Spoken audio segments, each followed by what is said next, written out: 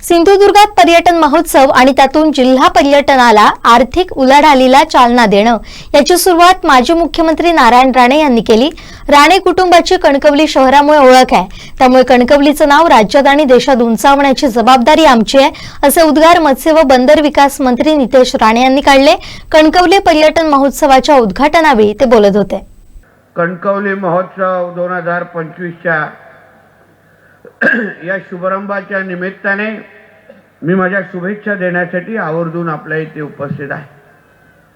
सालाबाद प्रमाणे याही वर्षी अतिशय उत्साहाने आपण या कणकवली महोत्सवासाठी आपण सर्वजण आपल्या कुटुंबाबरोबर आज आपण इथे उपस्थित आहोत।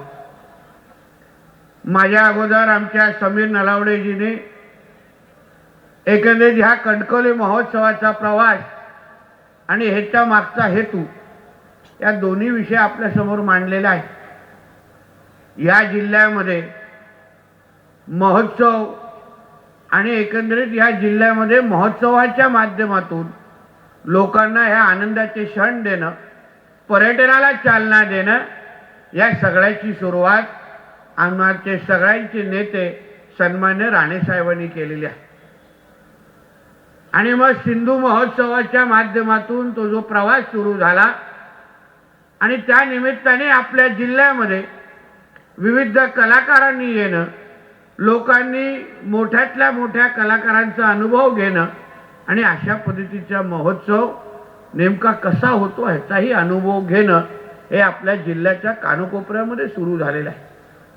आणि त्यामुळे निश्चित पद्धतीने त्या तालुक्याच्या जनतेमध्ये हे जे काही महोत्सवाचे 3-4 दिवस असतात त्याचं एक वेगळं उत्साहाचं वातावरण असतं।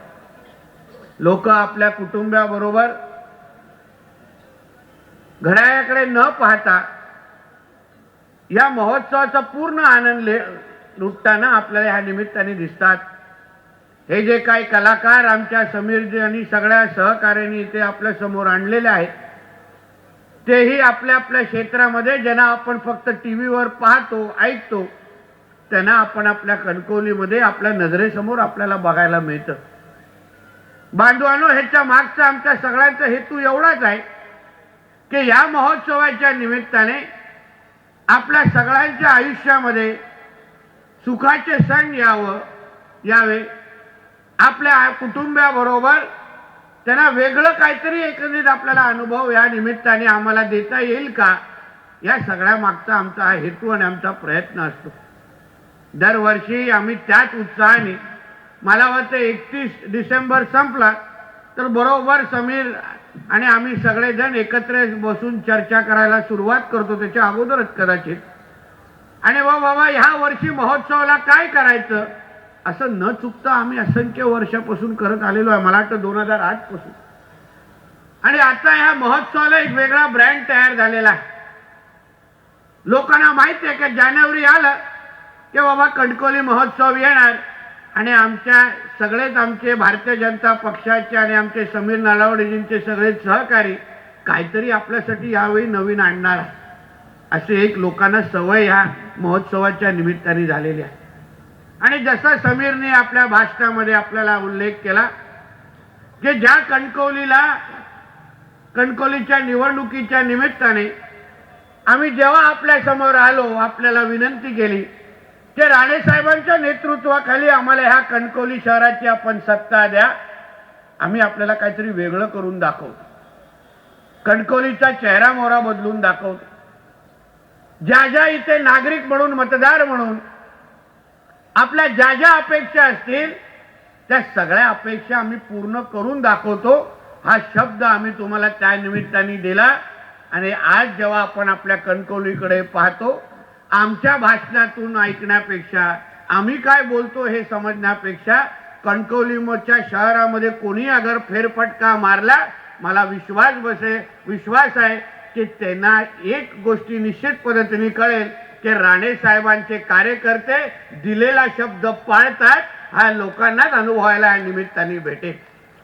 आज आपल्या कणकवलीमध्ये तुम्ही रस्त्यांचे जाळं पहा, पोद्दार इंटरनॅशनल स्कूल असेल, 24 म्हणजे 12 महिने येणारा धबधबा असेल, विविध गार्डन असतील, त्याच पद्धतीने एक चांगलं स्पोर्ट्स कॉम्प्लेक्स पण आम्ही बांधतोय. सत्ता नसताना, कणकवलीचा आमदार नुसता असताना अगर आम्ही या सगळ्या गोष्टी आपल्यासाठी करू शकलो, तर आता तर तुमचा आमदार हा कॅबिनेट मंत्री झालाय. आता विचार करा आपल्यासाठी काय काय आम्ही नाही करणार. या कणकवली ही आमची खरी ओळख आहे. राणे कुटुंब म्हटलं तर कणकवली, आणि म्हणून या कणकवलीला एक दर्जेदार शहर बनवणं, ज्या कणकवलीमध्ये आम्ही राहतो, ज्या कणकवली आम्ही लहानाचे मोठे झालो, त्या कणकवलीला एक अन्य शहरांच्या तुलनेत आमच्या कणकवलीला दर्जेदार शहर बनवणं हे आमच्या सगळ्यांचं परम कर्तव्य आहे.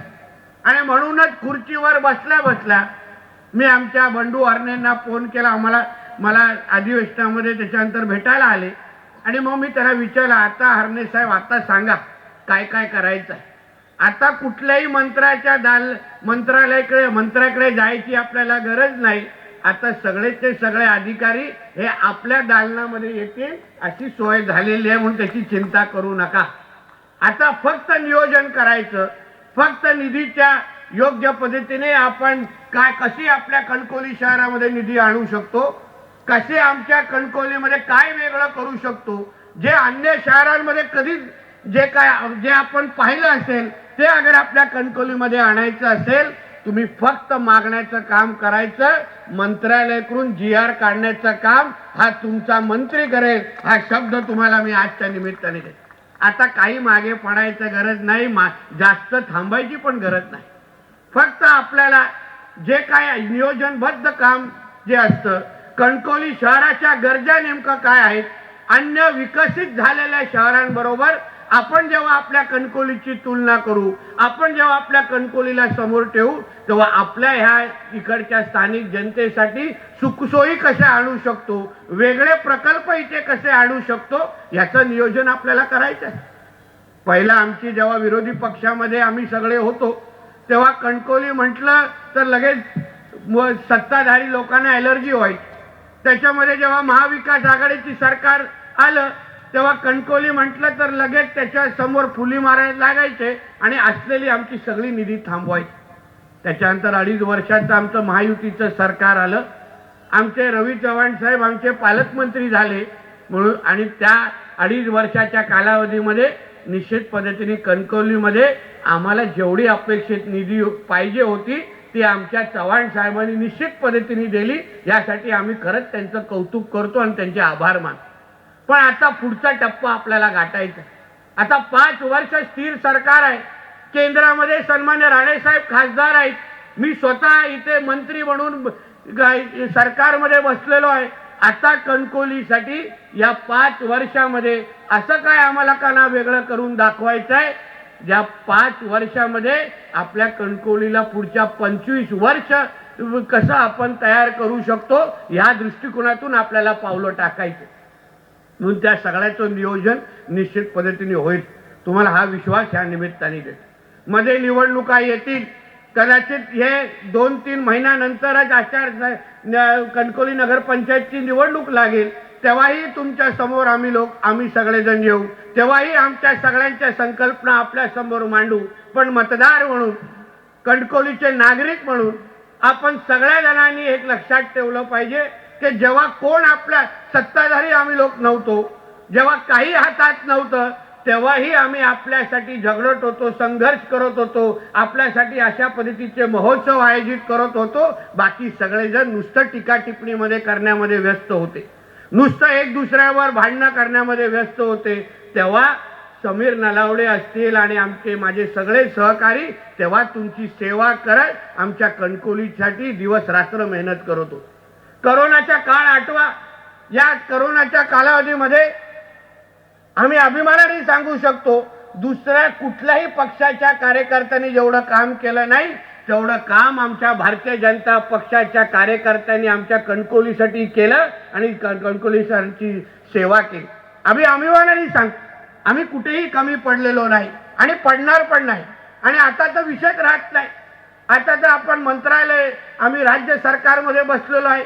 आमचे आदरणीय देवेंद्र फडणवीस साहेब मुख्यमंत्री आहेत. साहेबांचं विशेष प्रेम आमच्या सिंधुदुर्ग जिल्हा आणि त्याच्यापेक्षाही जास्त लक्ष आमच्या कणकवली विधानसभेवर आहे. म्हणून तुम्हाला जे हवं आहे, तुमच्या मतदार म्हणून तुमच्या ज्या अपेक्षा आहेत, मी तुम्हाला विश्वास देतो तो तुम्हाला ज्या ज्या अपेक्षा असतील त्याच्यापेक्षाही जास्त देण्याचं काम हे आमच्या महाराष्ट्र सरकार करेल, एवढा विश्वास तुम्हाला मी आजच्या निमित्ताने करतो. विचारा आमच्या CO पाटील मॅडमला. त्या दिवशी आम्ही वेंगुर्ल्यामध्ये एका कार्यक्रमामध्ये होतो. सगळे CO आणि नगरपंचायतचे कर्मचारी एकत्र आलेले आणि त्यांच्यासाठी एक कार्यक्रम आम्ही वेंगुर्ल्यामध्ये ह्या लोकांनी आयोजित केला. आमच्या बक्षीस समारंभासाठी मी आणि कलेक्टरजी आणि सगळेजण तिथे उपस्थित होतो. दुसऱ्या सकाळीच मी त्यांना फोन केला आणि मी मॅडमला सांगितलं, मॅडम ज्या आपण सभागृहामध्ये बसलेलो तो तुम्ही सभागृह पाहिलं का? बोला हां सर पाहिला. मग काय करायचं? बोले मॅडम तो सभागृह मला माझ्या कणकवलीमध्ये पण बांधायचा आहे, तुम्ही प्रस्ताव तयार करायचा. तुम्ही नुसतं प्रस्ताव तयार करून द्या, माझ्याकडे पाठवा.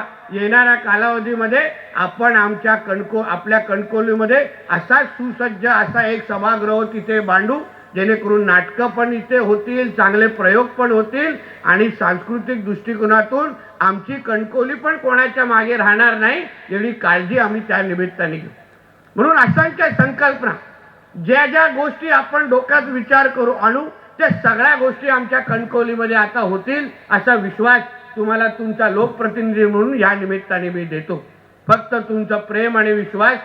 ज्या पद्धतीने आता लोकसभा आणि विधानसभा दोन्ही निवडणुका झाल्या, माझ्या कणकवलीच्या जनतेने लोकसभेमध्ये आपल्या सन्मान्य राणे साहेबांना ऐतिहासिक असं मतदान करून त्यांना आशीर्वाद दिलेला आहे. पूर्ण कणकवलीने एवढं भरभरून प्रेम लोकसभेला दिलं आणि त्यानंतर झालेल्या विधानसभेमध्ये पण आमदार म्हणून तुम्ही जो मला आशीर्वाद दिला त्याची परतफेड या 5 वर्षामध्ये तुमची सेवा करून मी निश्चित पद्धतीने देईन असा विश्वास तुम्हाला मी आजच्या निमित्ताने देतो. म्हणून जास्त वेळ आपला घेणार नाही. गाण्याचा कार्यक्रम जोरात सुरू आहे. फक्त या निमित्ताने आमच्या समीर नलावडे असतील, हरणे असतील आणि आमच्या कणकवली नगरपंचायतचे आजी माजी सगळेच नगरसेवक आणि आमचे अण्णा कोदे आणि आमच्या भारतीय जनता पक्षाचे सर्वच सहकाऱ्यांना मी त्यांचं मनापासून अभिनंदन करेन. ते कणकवली म्हटलं ते आमचे हे सहकारी कुठेही मागे पुढे बघत नाहीत. 24 तास आमच्या कणकवलीची प्रामाणिक सेवा करण्याचं काम राणेसाहेबांचे हे सगळे शिलेदार करतात. आज कणकवलीमध्ये शहरामध्ये टाचणीही पडली, कोणीही वेडेवाकडं काय केलं तर सगळ्यांच्या अगोदर पहिला जाऊन जो त्यांची सेवा करतात ते आमच्या भारतीय जनता पक्षाचे आणि राणेसाहेबांचेच कार्यकर्ते असतात. हे ऐकून आम्हाला सार्थ अभिमान आहे. म्हणून माझ्या सगळ्यात भारतीय जनता पक्षाच्या सहकाऱ्यांना मी तुमचं मनापासून अभिनंदन करतो की हे जे काय तुम्ही वातावरण पाहतात हे सोपं नाही. असंख्य दिवसाचं नियोजन त्याच्यामध्ये जातं, मेहनत जाते, फोनाफोनी करायला लागते. एक दुसरं कसं किती स्टॉल बांधायचा, कसे त्या सगळ्या लोकांना जागा द्यायची, कलाकारांना कसं संपर्क करायचं, बिचारे दिवस रात्र मेहनत करतात याची जाणीव मला आहे, माहिती मला आहे. म्हणून ह्या निमित्ताने हे सगळं वातावरण पाहिल्यानंतर मी निश्चित पद्धतीने तुमच्या सगळ्यांचं अभिनंदन करतो. एक चांगलं वातावरण आपण परत एकदा कणकवलीमध्ये केलेलं आहे, दाखवलेलं आहे आणि पुढच्या वर्षी 2026च्या नगरपंचायत या कणकवलीच्या महोत्सवाच्या निमित्ताने मी विश्वास देतो कणकवलीच्या जनता परत एकदा आम्हाला आशीर्वाद देईल आणि व्यासपीठावर तेव्हा नगर अध्यक्ष आणि उपनगराध्यक्ष आणि आमची सगळी टीम बसलेली असेल एवढा विश्वास या निमित्ताने व्यक्त करतो. आमचे दिवसभरातले सर्व अपडेट्स, ताज्या घडामोडी आणि थेट लाईव्ह पाहण्यासाठी सबस्क्राईब करा, लाईक करा कोकणचं नंबर 1 महा चॅनल कोकण 7 लाईव्हचं YouTube चॅनल.